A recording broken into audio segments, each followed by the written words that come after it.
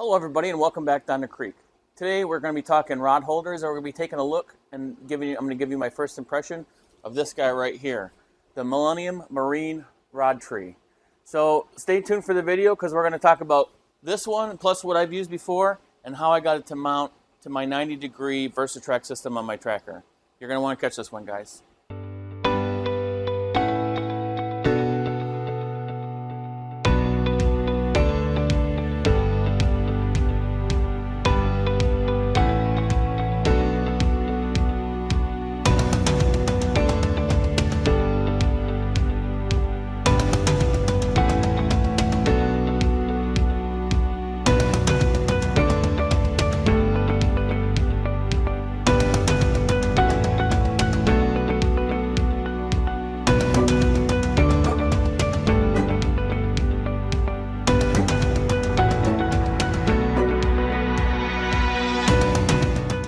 Okay guys, so today we're talking rod holders.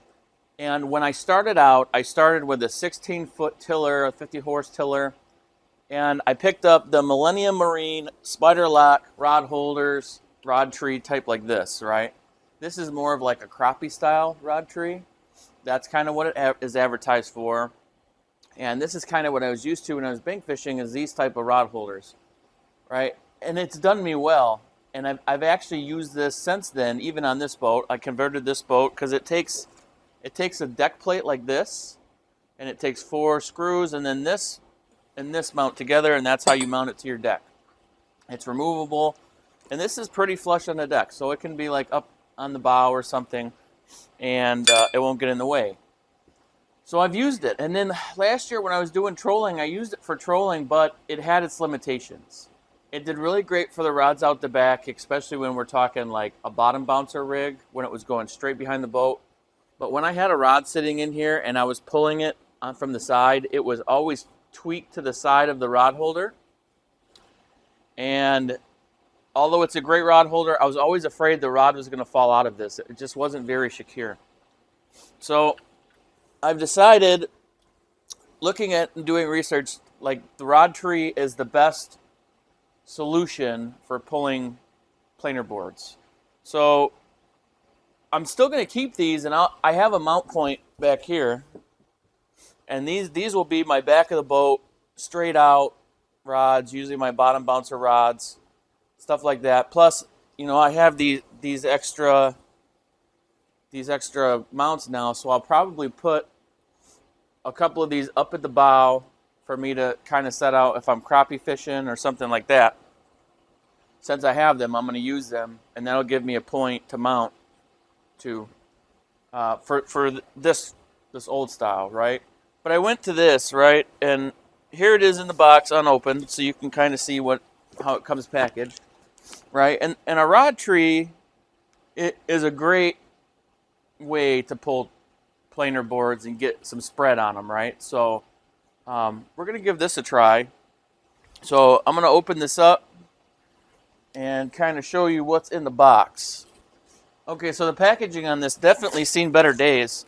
It seems like it got roughed up on the way to the store, and then when the store got it, they just taped it together. So when you open this up, it's going to come with your main tube. It's going to come with 3 tubes to hold your rods. It's going to come with 3 mounts to hold the tubes to the original tube part of the rod holder, the center part.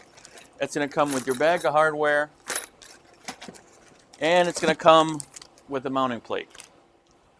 So you're pretty much set up right out of the box. You've got everything you need to mount it to the deck of a boat, if that's what you wanted to do, or mount it to a big thick rail, if that's what you had. Now, I have a tracker boat that has the 90-degree track. They call it the VersaTrack. And this is not going to work with the VersaTrack. And my only thing I wish is that I like a very solid connection when I'm talking rod holders to the boat. And I'm not a fan of the VersaTrack for that aspect. I think that there's a lot of play in those, and it gets a little weak. You know, it shakes a little bit. but I've actually modified some things to make it work for me. And you say, whoa, how did you get that on the VersaTrack? Well, what I did is I bought a plate, a 90-degree plate designed to hold a downrigger right here. And then I have fixed the mounting plate for this to the plate for the downrigger. Now I have a plate on my VersaTrack that will accept my Millennium Marine rod holders. I wish Millennium Marine came up with a plate that was maybe more compact than this, that had some sort of down pressure screw that sat on the top of the rails to keep the flex down. And I didn't find one, so I made my own. And I mean, it works great. So as you can see in the picture here, what I did to mount it to the VersaTrack and how it looks.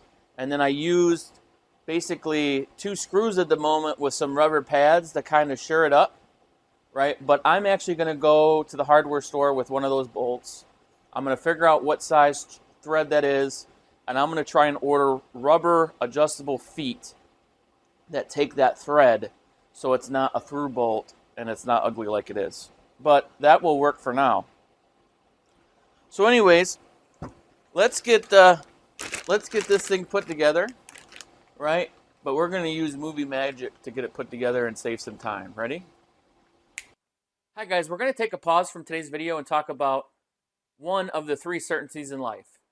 If you're an outdoorsman like me, you know that the 3 certainties in life are death, taxes, and this hobby is expensive.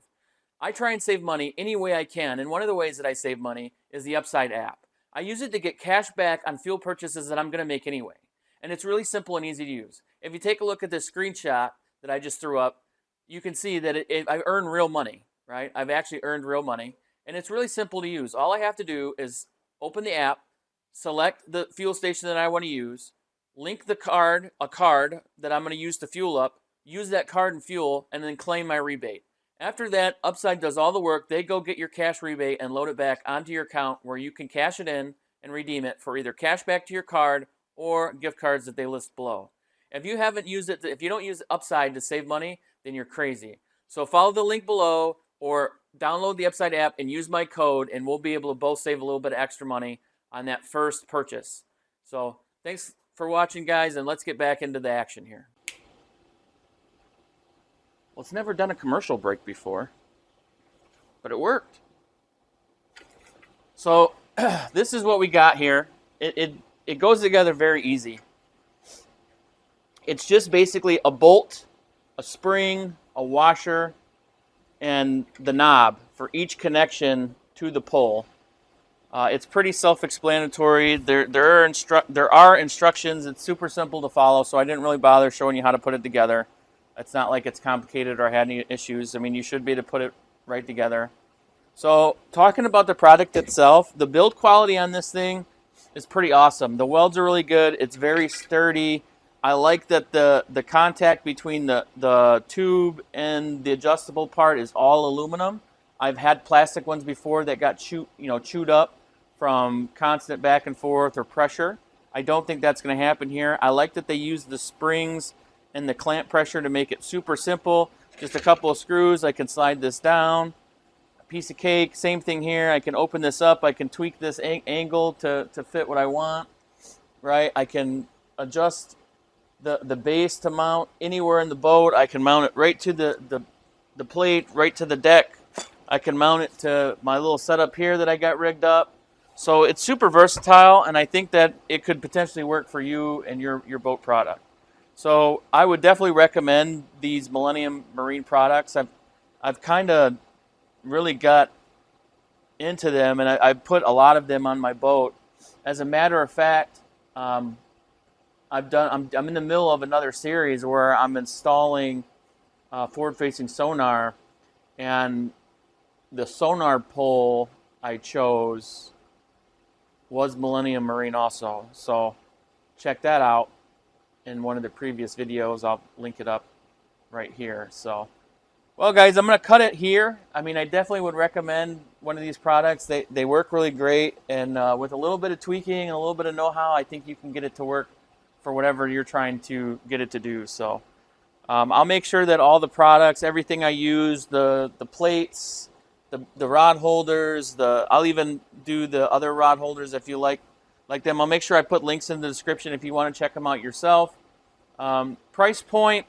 This is, it's a little pricey. It's over $200 a piece, but when we're talking like rod holders, that's kind of standard. I think that they're real proud of these rod holders when they make them. They're just not cheap, right? But I mean, these are definitely built to last a lifetime, so I'm not concerned about having to buy one in a couple years. I also think that my net's going to fit in top of here, so that would be really cool, is if it'll hold my net, hold my rods. So. Well, thanks for watching on the creek, guys, and make sure you get out there and live. We'll catch you next time. Another cap.